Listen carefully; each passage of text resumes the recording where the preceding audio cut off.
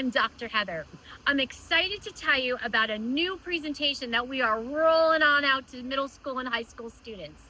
It is a game show called Islands of Choices.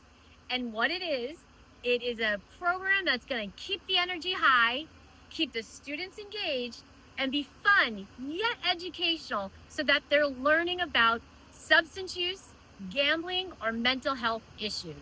Let me tell you a little bit more about the game show. The entire audience will be divided off into 3 sections, and that becomes 3 different teams. Each team will nominate one person to come up with me and sit in the hot seat and answer questions in 3 different rounds. Round 1 is question and answers. If they get it wrong, the other teams can steal. But the person who's the representative will reach out to their audience members to help them.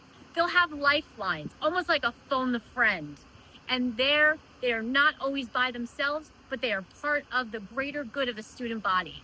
Round 2 is risky business. They are scenario-based questions on real-world scenarios that they will face, whether it's now or even down the road.